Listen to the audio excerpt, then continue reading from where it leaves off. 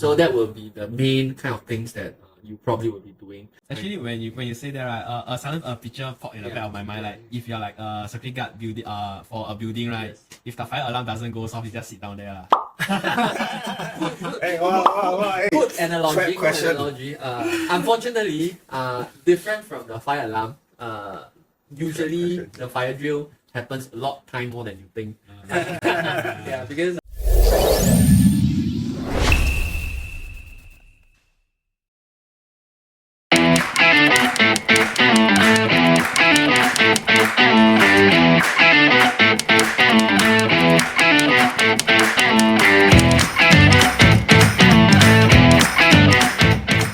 So that's also interesting because like what you brought up is one of the questions that we are trying to address today. What is cybersecurity? Wow, you hacker? No. Sure, we got hacker. Yeah, that's part of the dynamic of cybersecurity because like you said earlier, attack and defense ma. But actually under the cybersecurity umbrella, it's not just about the attacker. We have a lot of different roles and functions to make us as a whole, as an organization, strong in cybersecurity. Yeah, so maybe Josh, with his experience, can tell us a bit more. What are some of the umbrella and concepts of cybersecurity instead of just the usual, hey, you hacker, you hacker, you hacker? this is a bit more in depth. So I try to make it more general. So you can think of it like an army or a police station. You need to have the chief. So the chief in cyber, I think we call it the CISO. Yeah. So Does that mean the chief is the most technical guy? he can be. He can be. But I think it's not about the technical that he brings on the table for everyone. It's about the strategic thinking mindset that he have for the cyber and the experience that he have for the company. So as the chief, of course, he need to have the infantry unit, right? You need to have an Air Force unit. You need to have all the different units. So right. In cyber, we also have different units, but we break down into the attacker unit, we break down into the defense unit, then right. we break down into the governance unit, so the strategic unit. So yeah, there's kind of like the same concept that's being applied. In a way, cyber warfare, we used to like to use the term, are the same. Cyber is more towards intelligence, right? So in this case, the way that we need to organize ourselves have to be strategic. So this function is taking care of this, and this function is taking care of that. So that kind of structures will help you, or will help the company to slowly build up the capability to defend against advanced attacker. Right. So you've been to army also, right, Bing? Yeah. I guess all the Singaporean guys here have been to army, and one of the more like what Josh said is like a little bit like the army obat or hierarchy, and something that is more relatable, I guess, in terms of army term. I believe we all heard about the force called Op 4. If those that are not familiar with Op 4, it basically means the attacker, the red team in our case for cybersecurity. And then we also have a defender. So yeah, it's the same thing. So all these branches with the red team and the defender, we also definitely need the logistics, like the system architect, if you want to put it that way. Yeah. So the system architect would not like to align themselves with logistics. probably more towards. Never mind, the next episode we can ask one of them. See what he has to say for this. Yeah. They are definitely not a stormman. Not. I don't know. Yeah. So I think after all this talk, Sam, are you able to catch up with what we are saying so far? Because you're here in alignment with the audience to ask us questions that is important. Okay, maybe you guys can help me out. Okay, so what I understand is in cybersecurity, it's better to view things, like a police and thief or army concept. There are different teams involved, the attacking unit, defense unit, and governance, right? That's how generally to view cybersecurity. And then when you go in depth, then you'll find roles, right, among such teams in cybersecurity. That's one. Then about certification. So you guys do mention that you can have some programming knowledge that will help you understand about talking to the machines and what's happening. Or you don't, even if you don't have programming languages, it's more about understanding the bigger picture of the process, how things link about and so on. So for myself, when I was working in a bank, right, I had to take certification. If I were to sell investment products, I would to get investment certified. Insurance, then I will need to take insurance certification and whatnot. So I'm guessing it's the same. So depending on the role, is it depending on the role? Then if you need that specific certification, I'm sure the job role, will they send you, or is it better to get a certification for the role before? Okay, I think both Josh and myself are certified in some of the aspect that we are working in, and this raised a very interesting topic, in my opinion. Certification. Yeah, it's definitely a big thing in our industry, but with my recent experience, it also kind of something that is quite unique to the Singapore industry context, right? Because I would say it's a bad thing, right? But what I realized, in fact, is some of the best individual or skilled individual are not certified at all, right? In fact, one of the best reverse engineer in our security is my cousin, and that guy is working as a software developer as well, and he had no any official education in terms of cyber at all. But then when I compare myself, I'm certified in a few certifications for sure. I'm not nearly as good as his level of understanding. So certification, yes, is something good to have because of our local industry, because that's one of the things that the HR will look out for. But I guess this is also why we have the platform here to address this issue, because I don't think that's the best way to start going into cyber. My cousin, he do not have any certification, but why he got so good, he went on to the internet. That's where we get our resources. And he spent the amount of time and hours to focus on topics and subjects that he is interested in without knowing it's actually cybersecurity.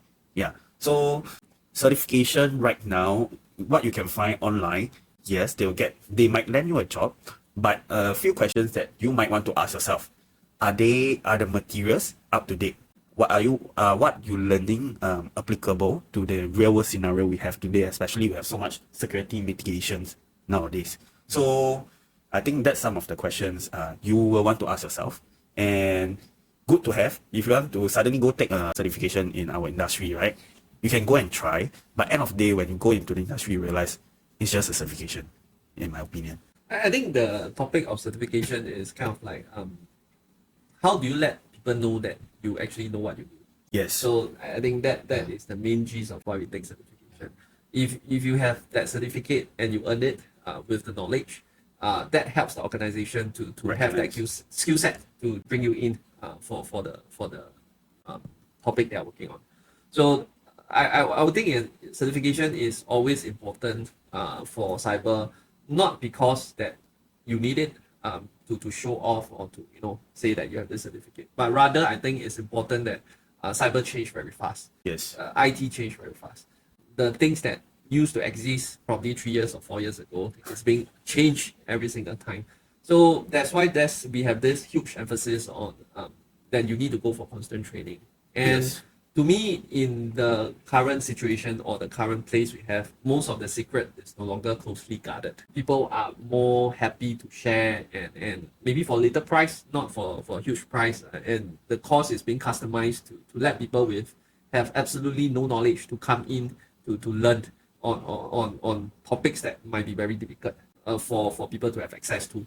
And I encourage a lot of the training providers as well to really help out with people who are more interested, because I think cyber have a huge deficiency of professional skills coming into the market, and of course bring the barrier down, the price down will definitely help everyone to get access to them. So if let's say, okay, I understand people who are generally curious, all right, like you were curious about cybersecurity when you saw, in 2017 when you read news about data hacks and SingPass, all this kind of thing. And then you mentioned that your cousin, he started to read things of interest. Yes, correct. Right? So you said he didn't know that the things that interested him related to cybersecurity. Right? So maybe you guys want to share more, through when you were working, who are the people without cybersecurity background or certification? What are the general curiosities or interests or skills that they have? Yep. Yeah, just a disclaimer that there's actually I know if there's any SingPass hack, but it's not about SingPass. Okay. Definitely it's about defacement popped up. But Yeah. that aside, I think one of the genuine interest that we have for cyber is the part whereby you want to access to certain things, like how do you get access, bypass the system. I think these are huge motivations for a lot of people in this topic, to have that mentality that what is the probability that, sometimes you like walk into a place, you see a door that's not being closed or half open, or the key is living there. You always have this curiosity, what's inside the place. Yeah. So I think these are the small things that kind of like motivate us to learn how to bypass these defenses. So I think that is one of the huge motivation factors for myself. So if you are worried like from where to start, don't worry. At the end of our podcast, we will definitely provide some of the resources that we try ourselves and are better tested in a way, for you to look out for, and they are not too costly, and definitely it's a gateway, I would say, to get in, and the link I will be putting it down in the description. You guys can check it out. Compare like in Singapore, like the skillfulness of the cybersecurity versus like other country, right? How do you think that we compare to them? Like how well fare off? Or Very interesting question. Wait. So you're saying as a nation, our cybersecurity technical level? Yeah. Compared to, roughly, Because baseline. Singaporeans tend to play by the rules, right? We are usually heavily fined for following through our curiosity. That's a So good point. I guess generally as a society, we are not as curious as other nations. And one of the interesting thing is that we have really strict rules regarding how you use the internet, like Profma and a lot of laws regarding doxing and all this stuff. Yeah. So on the legal side, I think we are very well protected. So anything kind of things that you need to learn have to be done at a safe environment, lab environment, or you cannot anyhow go attack other people. What you call in army the rule of engagement. Yeah, the rule of engagement. Right? That is something very protected. So in terms of the skill set, I think because of this as well, it's very interesting that other countries might not be so heavily emphasized on the cyber laws elsewhere. So people would also have the curiosity to try out things in other countries, which Cannot mention the country. I cannot mention it.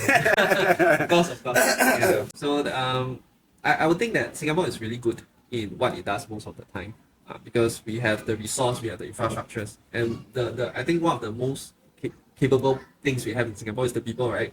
And that's what we are good with, is the people. The people are able to retrain their skill set to take in whatever kind of like requirement that you need for the next 5 or 10 years. And cyber is one of our pillars as well. I think to touch on a bit more on this topic of how Singapore fare as compared to other country, definitely Singapore, I think to put it in this way, a list of 100, right? We will never rank the last. But are we at the top?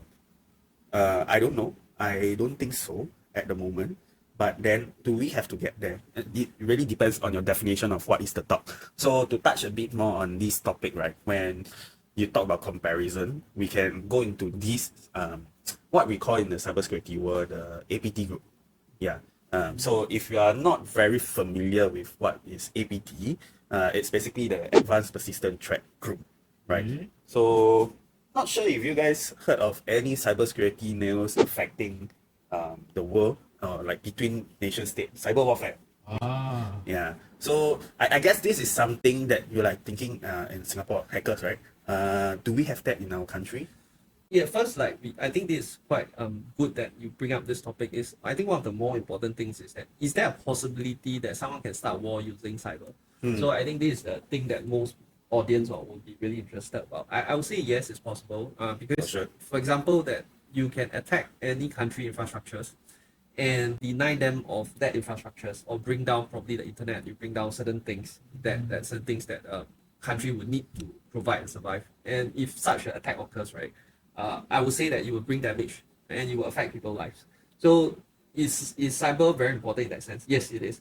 Because if in our digital age, right, I think before you even fight the other countries or things like that, the first thing they will launch a cyber attack. Yes. And I think that's interesting because you would think cyber will only affect you in the virtual world, digital world. No, in fact, there's a lot of documentary out there because this is my interest. Instead of watching a typical movie, I watch hacker movies. But okay, I think just to touch on some that is more of a public knowledge, but disclaimer, what I'm saying here is as far as I know from what I watch. All right, but the truth is, I think nuclear warfare is something the world all know about. And then again, there's a lot of states that want to possess this power. If you actually do a bit of research, you can find out stories or information or even documentary that such nation-state attack have been utilized to prevent another country from having their own nuclear power in for example, or to affect their infrastructure, electricity, right? So this is a very interesting topic, and how that can be done is through what we call the cyber warfare. Yeah.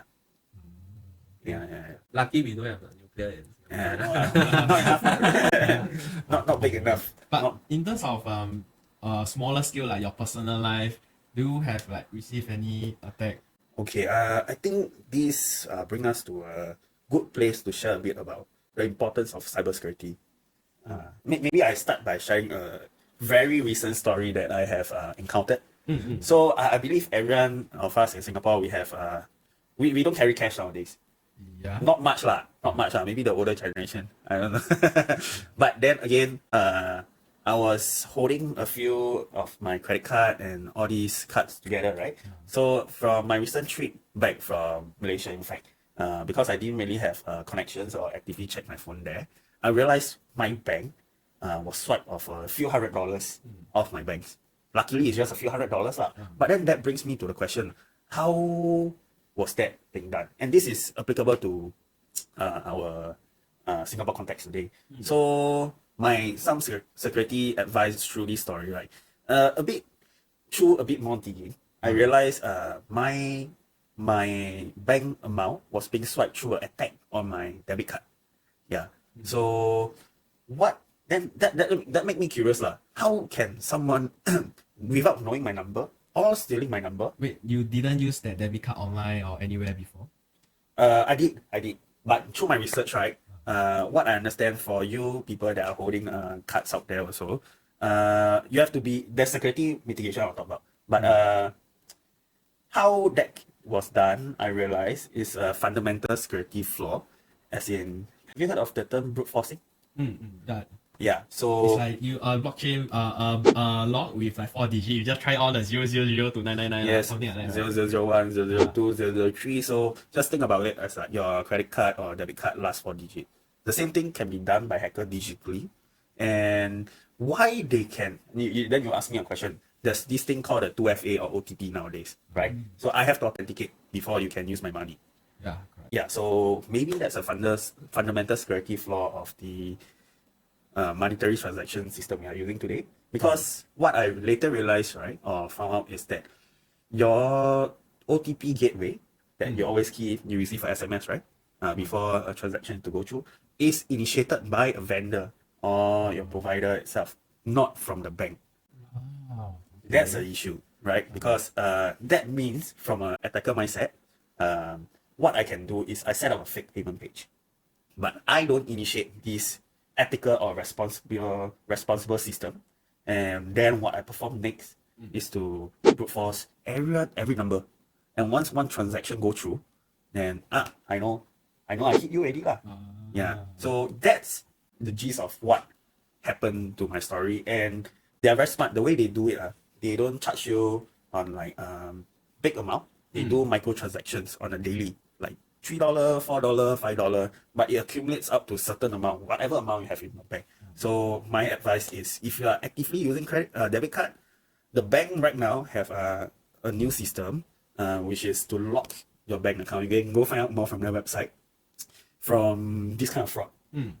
Alternatively, what I'm personally doing right now, I don't hold a debit card because of this incident. Because it's a lesson learned lah. I get swiped $200-300 today, but then it make me realize also, my asset is not as safely guarded as I thought it was. If today I got 10 of 20,000-30,000 swipe, I will be like, oh man, it's gonna affect my life. So I guess the trick is to use credit card. Because if you use credit card, right, it does not deduct your actual balance amount directly. It's due like 1 month later, right? No, that's correct. Totally correct. Because having if you have the ability to hold a credit card, then I'll suggest you to use that for your online transaction because it doesn't directly affect your bank balance, which is your real money. Like for example, if you have a debit card, your account number is fixed, and if you want to change a new account number, it will be more troublesome. If you have a credit card, you just cancel it, get me a new one. Yeah. My question to you is very simple. Today you got swiped $500 and you got 600 in your bank, but you need that money to pay for your bills and everything. And now how? Maybe the bank definitely, I believe they will take the responsibility to return you that money. Yeah. But then the period of time is your responsibility to go through. Yeah. So this is also why cybersecurity is important, right? And what I personally do now is I hold my own credit card, of course, convenience. But if you really want to draw money, there's also the ATM card available. Or what I use, the U-Trip card. You can top up certain amount of money inside. So you know you will not be jeopardized of a full balance in your bank account. Yeah, so this is the story I had why cybersecurity is also important. Yeah. And personally, I also can share some of the cyber story. A lot of times, I think I've found some friends that actually got hacked before by the ex-girlfriend. Yeah. So this is an interesting topic. Okay. So the ex-girlfriend actually hacked into his account and read his message and try to create a problem for him when his account got hacked. So this is really interesting. How does someone can have access to your personal data and things like that so easily, whether you are in close proximity or whether you are from the network? But how did they get access to all your data? And subsequently, long story short is that he was having a lot of problems with this because all his personal information is being posted in a post in the chat. So it causes a lot of disturbance for him. And I think if you ask me if cyber a personal problem, sometimes it could be a personal problem. I think it also teach me how to be more careful. Yes. Be a little bit more paranoid when clicking on things. You don't want to anyhow click on things because like people can just send you a SMS. Yeah, there's some promotions over here. And you just click on the promotion. The next moment you realize that you download some malicious things inside your phone, and your phone got compromised. Yeah, so there's some of the case study. In fact, we have in Singapore also. Yeah. But then don't worry if you are not a very important person, a hacker got better things to do also. Maybe watch out for your girlfriend. Yeah. So thanks guys. So what I understand for cybersecurity or some stories that you guys shared, so possibly your personality or your personal data can be hacked, right? And then for yourself, your assets, monetary terms, something that's really what we're working for, right? Yes. Very important to us. Even though it's not in our hands, like the money is not with us, we trust it with organization, with the banks. It also can be compromised and hacked. And then lastly, we sleep peacefully at night. There's a potential cyber or terrorism war that can happen. So these are scary thoughts. Yes. Yeah. So we need more of you talents in cybersecurity to guard our nation also. In fact, I believe the Singapore Armed Force have a department being set up now just for the military warfare pillar. So, Josh, what does it feel like to be your daily job life? I've been through a few careers in cyber, a few transitions. So most of the job are different from function to function. But I think most of day to day, you are dealing with things like, for example, from a defense perspective, you are dealing with someone try to attack the company. You will get some sort of like alerts, or you can get some sort of notifications inside the system that someone has kind of like things that is suspicious that someone might have intrude the company in that sense. So as your job entails is basically going into investigations of why such things or notification comes about, trying to get good methodologies of when, why, where, and how. So try to understand, is it because someone has triggered the alert accidentally, resulting in a false positive, or is it because someone has really come into the system? So that will be the main kind of things that you probably will be doing. Actually, when you say that, right, suddenly a picture popped in the back of my mind. Like if you're like a security guard for a building, right? If the fire alarm doesn't go off, you just sit down there. Hey, Good analogy. Unfortunately, different from the fire alarm. Usually the fire drill happens a lot time more than you think. Yeah, because network intrusion is something that is very easy to trigger because you have a lot of system running in the backend. Sometimes this could be a false positive, sometimes it could be real. So there are plenty of things that you need to go through. However, I do have to say that, of course, unless there's a big emergency, most of the time we are not in panic mode, and you don't have to really, be as like so panicked that you have to go like a fire drill incident and things like that. Yeah, so I think, like Josh said, part of what I did in my earlier job, right, is monitoring all these alerts and stuff like this. So very important, I think the buzzword that we use is false positive, true positive, negative, blah blah blah. Right. So how can you identify a false positive? So I maybe give a very abstract concept on this topic. So, for example, if I want to identify a brute force attack today, right, from my system, how can I tell? So, a very simple analogy, which you can, which I learned basically through doing. If today, Bing, I'm the bank guy, security guy looking at your bank account, you withdraw $50 from Hougang. Okay. 15 minutes later, you appear in Jurong and withdraw another $100. Okay, then that comes a question already. So then obviously that is a problem for me, right? Okay, how is it possible it's an impossible travel, what we call it. How can you withdraw this amount of money at two different locations from Hougang to Jurong 15 minutes? Impossible, ma? So then you start to ask yourself all these questions. Hey, which one is the real big? Or which one is the real transaction? Or is it both also the wrong transaction? Then from there, then we deeply do more analysis. So like Josh said, this is some of the things we get when we see a certain alert. We need to read into the case, and then we have to do our own analysis to find out which one is the real thing. Yeah, so any burning questions anyone have? Maybe my question to you guys, so after hearing all this talk in cyber, what's your opinion that is it a career that is hard to get in, or is it a career that is really possible for anyone to go inside? For me, yeah, so thanks because of what you guys shared. I think it piqued my curiosity, right? One of the number one skills a cyber guy needs to have. So I guess it piqued my curiosity to find out more about in general terms about cybersecurity and how things work and whatnot. And because Bing Chun paint me the picture of the security guard or what, lepak one corner, got fire alarm, So I was thinking, yeah, so maybe an organization would have, or a good organization with good cybersecurity would mean like those in the spy movie, means they got a lot of lasers, a lot of levels of protection. So I guess that is what is needed depending on the different type of organization. I think that's where how important a certain data, whatever it is, right, virtual assets, right? Then appropriately we need to set up different levels of security. Yeah, so understanding the different levels of security in cybersecurity brings the curiosity out of me.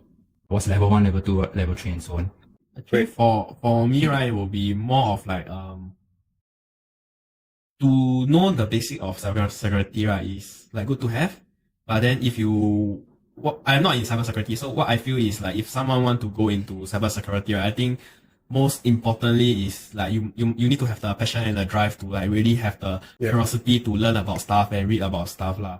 And then what I feel that is like commonly in Singapore when some of the people when they are doing something is related to cybersecurity but they don't really have the mindset to link it to cybersecurity. Like for example, exploitation. Like there's a certain exploitation for certain things. You keep abusing it. That is also part of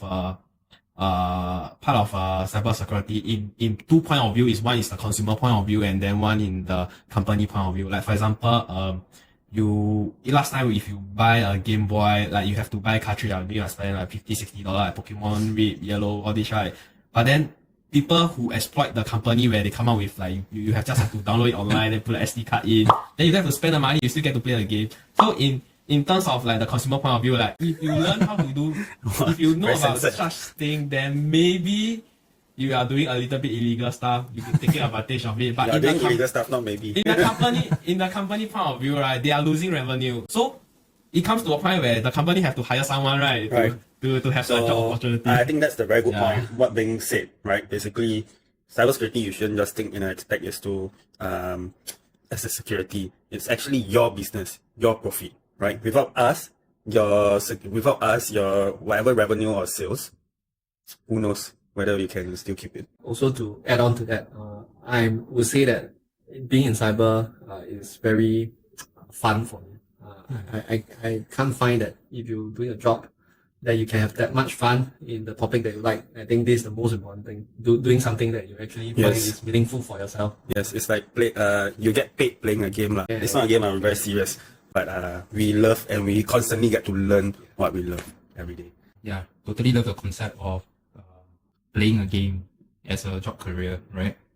At least you get paid to play a game. Yeah. So just want to take this time to address the viewers out there. Like me, I have a lot of questions on the topic and ideas that were shared today. So any questions or ideas or anything you want to ask, please ask us in our comment section. Yeah, please go ahead and then if you like what you listened to today, our content, please like, subscribe, and give us a thumbs up. All right? Yeah. So with that, it comes to the end of our topic for today. What is our topic? Wow, you hacker! Thank you, Josh. Thank you. Okay.